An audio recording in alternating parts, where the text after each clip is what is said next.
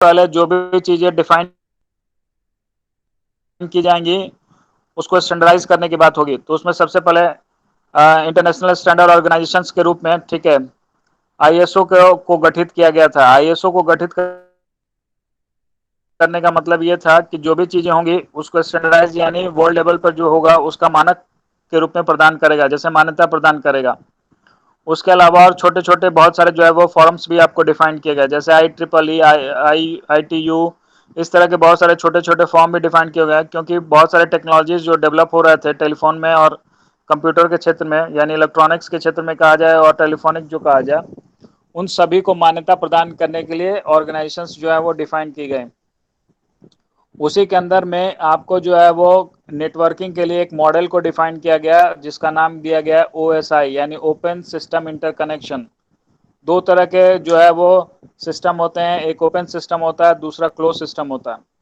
Close system वो system होते हैं कि जो पार्टिकुलर कोई कंपनी डेवलप करेगी वो सिस्टम, और वो जो नेटवर्क से रिलेटेड जो भी बातें होंगी वो उसी में होंगी, और कोई उसको यानी बाहरी कोई भी आदमी उसको न तो, ठीक है, रीड कर सकता है और ना ही उसमें कोई फर्दर चेंजेस कर सकता है। ये सारे जो है क्लोज सिस्टम्स का एग्जांपल के तौर पे यही कहा जा सकता है कि एक कंपनी जो चीज़ डेवलप करती है वो कैसे बनी है, क्या है और क्या क्या चीज़ें उसमें यूज़ है, वो सारी चीज़ें आप नहीं देख सकते हैं। That is a close system. उसी तरह से एक दूसरा सिस्टम को डेवलप किया गया, यानी दूसरा सिस्टम जिसका नाम दिया गया ओपन सिस्टम इंटरकनेक्शंस, यानी नेटवर्क को जोड़ने के लिए नेटवर्क एक मॉडल को डिफाइन किया गया और उस मॉडल का नाम दिया गया ओएसआई मॉडल। ठीक है, ओएसआई मतलब ओपन सिस्टम इंटरकनेक्शन मॉडल।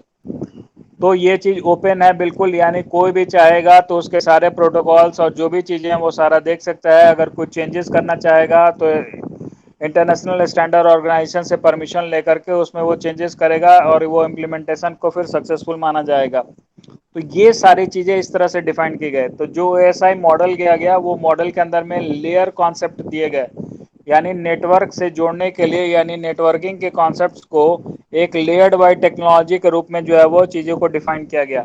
और लेयर वाई में कहने का मतलब है कि इससे बेसिकली जो भी नेटवर्क मॉडल होंगे वो मॉडल हार्डवेयर और सॉफ्टवेयर के कम्बिनेशन से बने होंगे। तो एक मॉडल के रूप में जो है ओएसआई मॉडल के रूप में जो हम स्टडी करेंगे उसमें 7 लेयर को डिफाइन किया गया, और इसी 7 लेयर को यूज़ करके पूरे इंटरनेट से यानी नेटवर्क जो है वो सिस्टम को इस्टेब्लिश किया गया। यानी अगर आप ये 7 लेयर को समझ जाइएगा तो पूरे नेटवर्क के कॉन्सेप्ट को आप क्लियर कर लीजिएगा। और हर एक के अंदर में अलग अलग प्रोटोकॉल्स डिफाइन किए गए, और आपको ऊपर का 3 यानी जो पहला जो 3 लेयर होगा, ठीक है, वो ऊपर का 3 लेयर को जो है वो एज अ सॉफ्टवेयर कॉन्सेप्ट के रूप में रखा गया, और बाकी के जो थे 4 लेयर, उन 4 लेयर में से हार्डवेयर और सॉफ्टवेयर के कम्बिनेशंस को और किसी में हार्डवेयर के ही सिर्फ कॉन्सेप्ट को जो है वो कंसीडर किया गया। तो इसीलिए कोई भी जो नेटवर्क मॉडल बनाया गया वो कम्बिनेशन होता है हार्डवेयर और सॉफ्टवेयर का।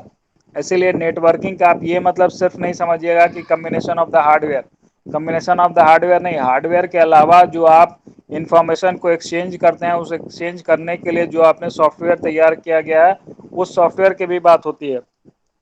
इसीलिए नेटवर्किंग में जो नेटवर्क मॉडल डिफाइन किया गया, यानी कैसे पूरा नेटवर्क स्टैब्लिश रहेगा, उसके लिए कमेंट किया गया हार्डवेयर और सॉफ्टवेयर दोनों को। आ रही बात समझ में?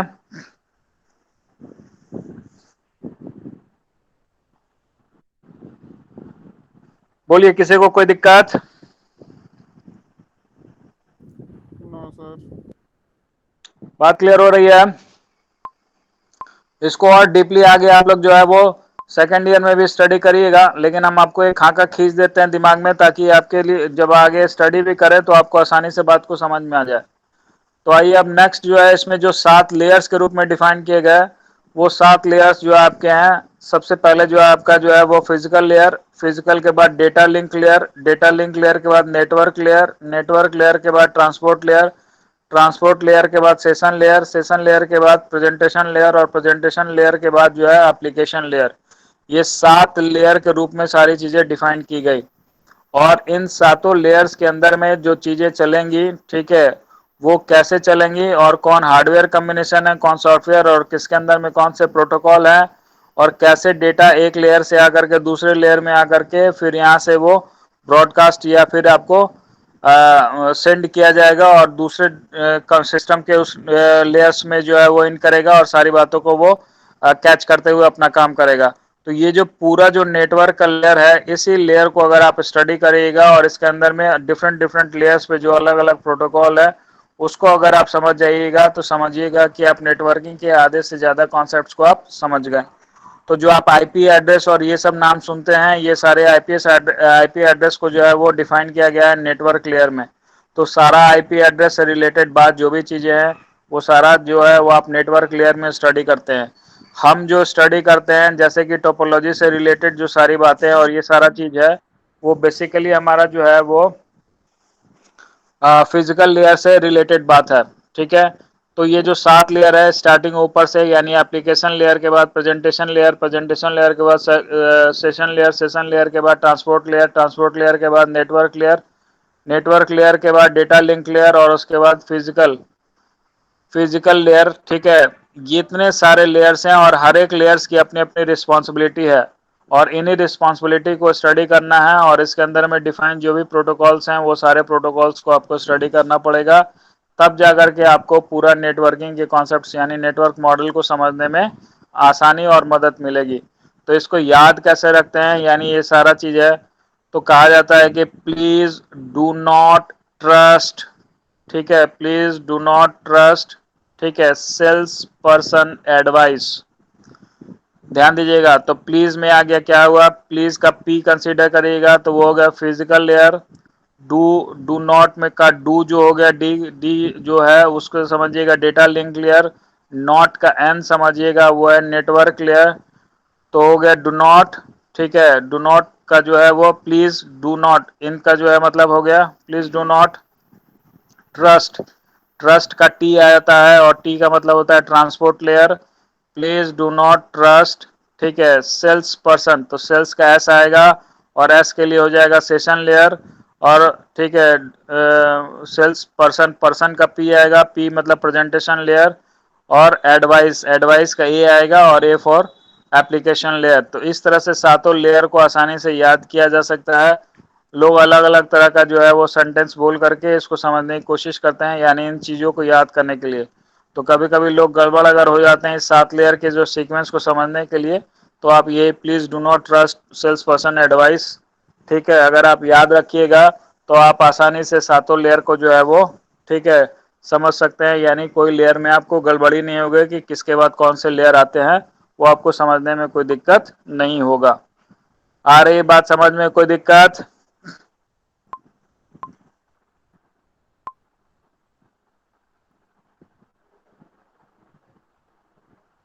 कोई कंफ्यूजन किसी को?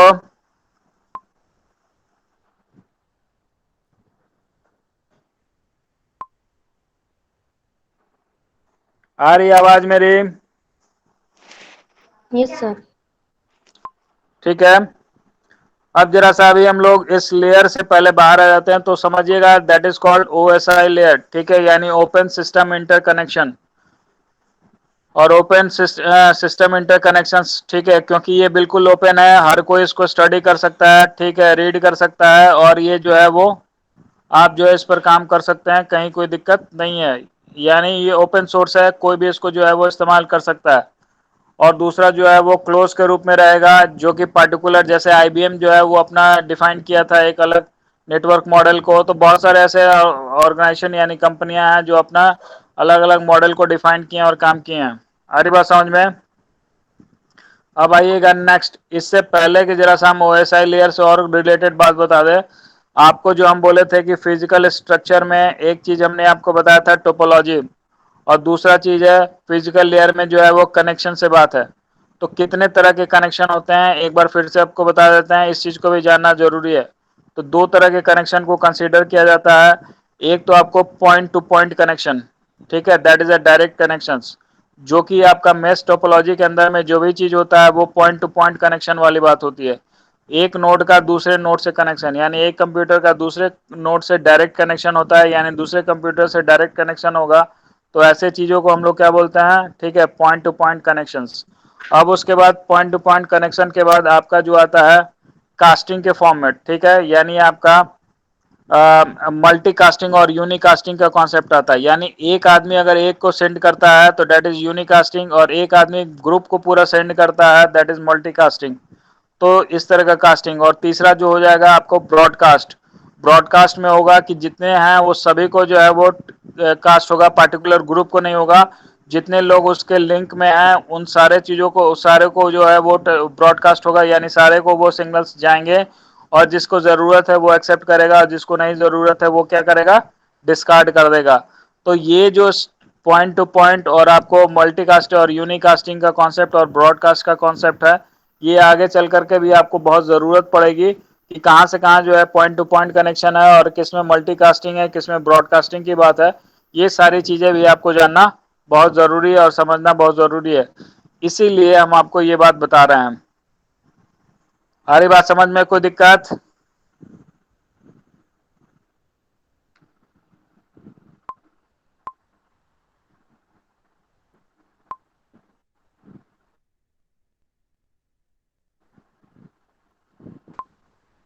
कोई कंफ्यूजन किसी को?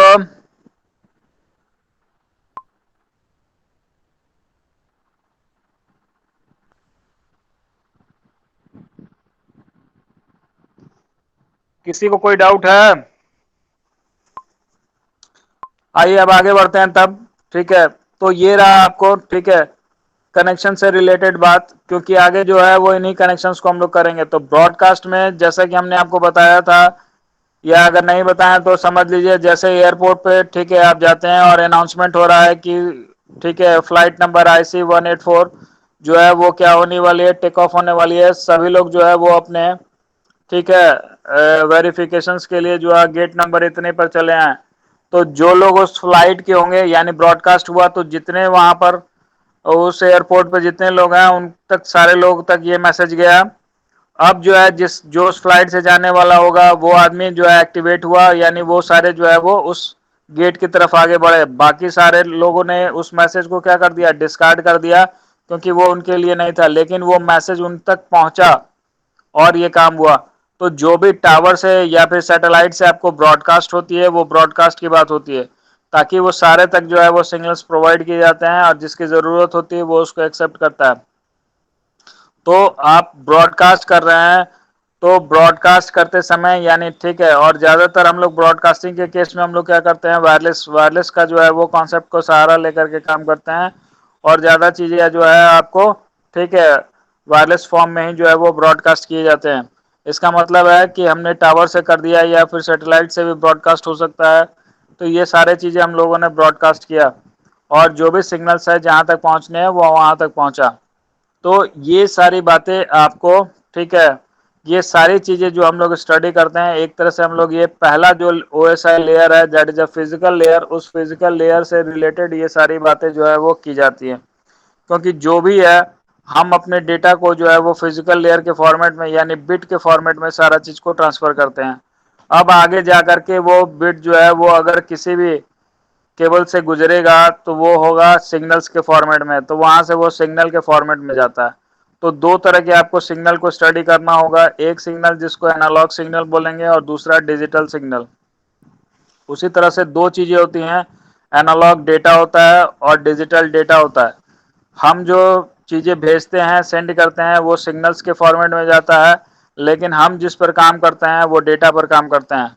तो इसका मतलब है एनालॉग को अगर भेजिएगा और आपका सिस्टम डिजिटल है तो एनालॉग टू डिजिटल कन्वर्जन होगा, और कन्वर्जन होने के बाद तब जा करके फिर वो डिजिटल डेटा के रूप में कन्वर्ट होगा, और तब जा करके फिर वो आपको समझ पाएगा आपका सिस्टम, क्योंकि वो सिग्नल को नहीं समझेगा। तो इसीलिए आपको चार बातें ध्यान में रखनी पड़ेंगी।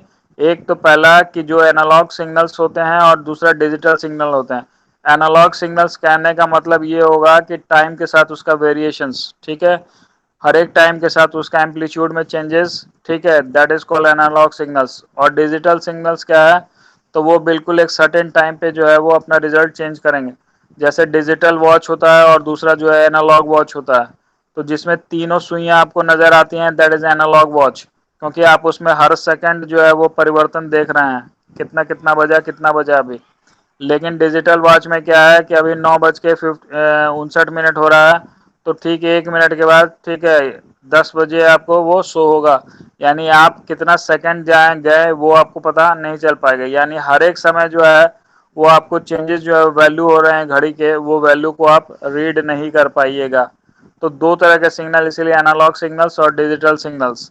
अब आपको एक बात और भी बता देते हैं कि जब भी आप स्टडी करिएगा नेटवर्किंग या नेटवर्किंग में अपना करियर बनाना चाहते हैं, तो आपको दो चीज़ों को ध्यान में रखना पड़ेगा।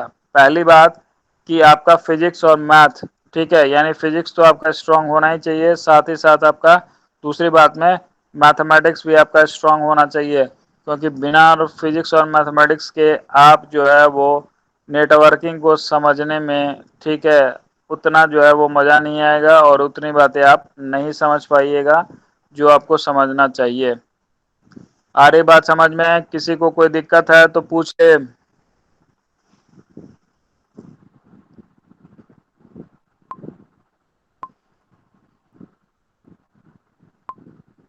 नहीं सर, कोई प्रॉब्लम नहीं है, बताइए आगे। हाँ तो आगे ठीक है, तो यहाँ तक जो बातें हैं, ठीक है, इन सारी बातों को आपको ध्यान में रखना होगा। तो सबसे पहले आपको यही जानना होगा कि जो हमारा माध्यम है किस माध्यम से हम भेज रहे हैं। तो जो माध्यम है हमारे पास दो तरह के माध्यम होगा, जिसको हम लोग बोलते हैं एक गाइडेड माध्यम और दूसरा जो है अनगाइडेड माध्यम। यानी जो हमारा सिग्नल्स भेजे जाएंगे वो गाइडेड मीडियम के थ्रू भेजे जाएंगे कि अनगाइडेड मीडियम के थ्रू भेजे जाएंगे। गाइडेड मीडियम कहने का मतलब है जो आपको गाइड करता चले, इसका मतलब है कि केबल केबल के थ्रू आप अपना जो है वो सिग्नल्स को ट्रांसमिट करा रहे हैं। तो आपके पास तीन तरह के केबल का जो है वो कॉन्सेप्ट दिया गया है, एक है ट्विस्टेड पेयर, दूसरा है कोएक्सियल और तीसरा जो है वो फाइबर ऑप्टिक। अभी जियो जो अपना फाइबर ऑप्टिक का कॉन्सेप्ट चला रहा है उसको बहुत लोगों ने सुना और समझा होगा, ठीक है। तो खैर ये अलग बात है, वो लाइट पे काम करता है और बहुत फास्ट होता है, ठीक है, फाइबर ऑप्टिक का कॉन्सेप्ट। तो वो चीज़ हम आगे डिस्कस करेंगे। तो आपको तीन, यानी अगर आप गाइडेड मीडियम से कोई चीज़ों को भेजना चाह रहे हैं, इसका मतलब है आप केबल के थ्रू, जैसे जैसे केबल आपका बिछा होगा वैसे वैसे जो है वो सिग्नल्स ट्रांसमिट करता चला जाएगा। और आपको ट्विस्टेड और कोएक्सियल, ये जो दो तरह के आपके जो केबल हैं, इन दोनों केबल्स में आप एनालॉग और डिजिटल दोनों सिग्नल्स को आप ट्रांसमिट करते हैं। तो आपके पास दो तरह की चीज़ें होती है, एक बेस बैंड होता है, दूसरा ब्रॉडबैंड होता है।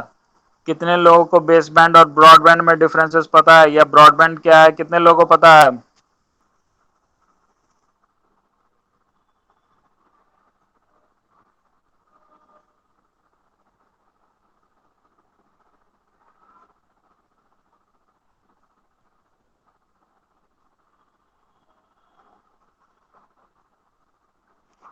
ब्रॉडबैंड और बेस बैंड, ब्रॉडबैंड का नाम तो सभी लोग सुने हैं ना?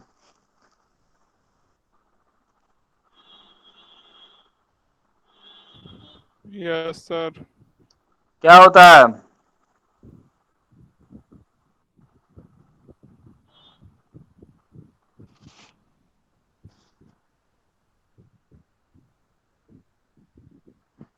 किसी को आइडिया?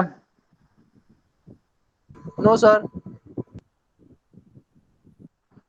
तो इसको जरा सा गूगल में सर्च करके देख करके हमको बताइएगा तब कि आप कितना समझे कि बेसबैंड क्या होता है, ब्रॉडबैंड क्या होता है। ठीक है, थोड़ा सा सर होमवर्क बेसबैंड भी किया सिंगल, कीजिएगा। हाँ, सर बेसबैंड एक टाइम पे एक ही डाटा ट्रांसफर करता है और ब्रॉडबैंड मल्टीपल डाटा ट्रांसफर करता है एक ही टाइम पे। मल्टीपल डाटा ट्रांसफर करता है, यस सर। यही बात लिखा है। Yes sir. एनालॉग डिजिटल से रिलेटेड कोई बात लिखा है उसमें?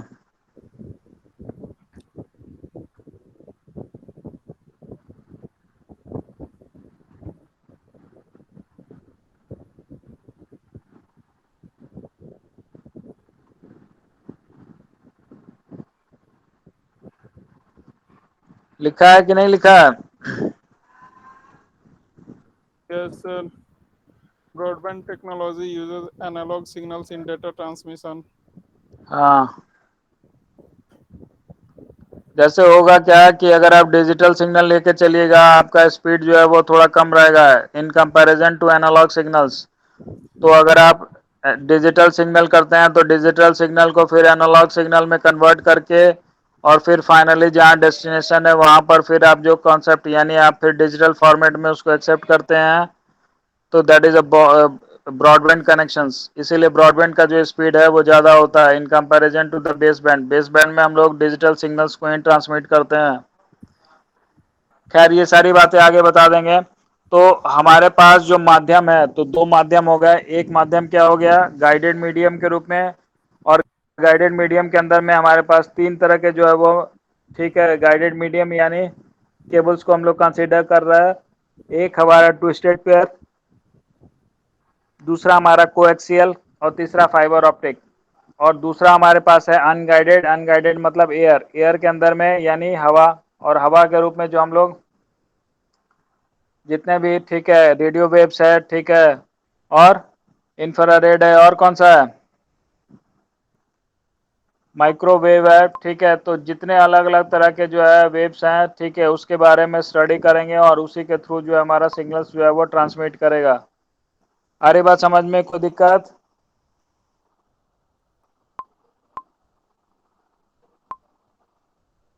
तो आपको पहले माध्यम को समझना होगा कि हमारा माध्यम क्या है जिसके थ्रू हम अपने सिग्नल्स को ट्रांसमिट करा रहे हैं।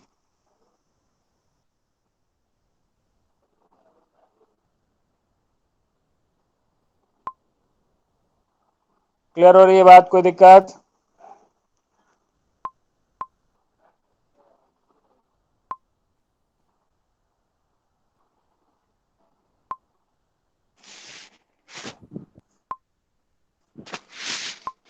ठीक है, खैर यहाँ तक ही आपको जानना है, और इसी सारे चीज़ों को के तक से आगे हम नहीं बढ़ेंगे नेटवर्किंग में, क्योंकि बाद बाकी जो है आपको सेकेंड ईयर में फिर इस सारे चीज़ों को तो स्टडी करना ही है। जो आपके सिलेबस में जितना होगा उतना ही बातें जो है वो इसमें अभी हम इनकलकेट करेंगे, मतलब आपको आपके दिमाग में वो सेट करेंगे उतनी ही बातें। बाद बाकी जो है आप सेकेंड ईयर में जो है वो स्टडी करिएगा।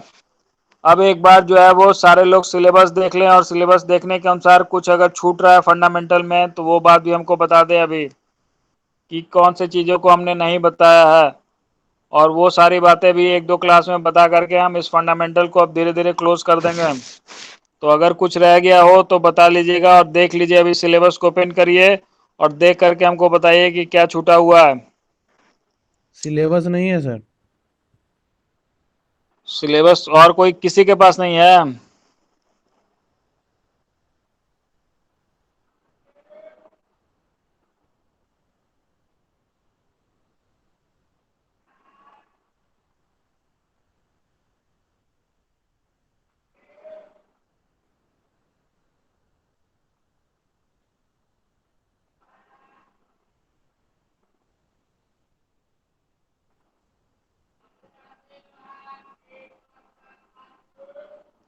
हर एक टॉपिक को देख लीजिए, कोई छूटना नहीं चाहिए।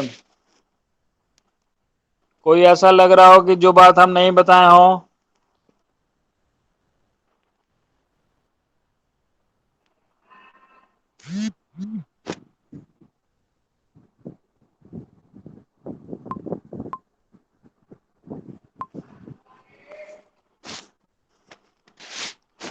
है कुछ ऐसा?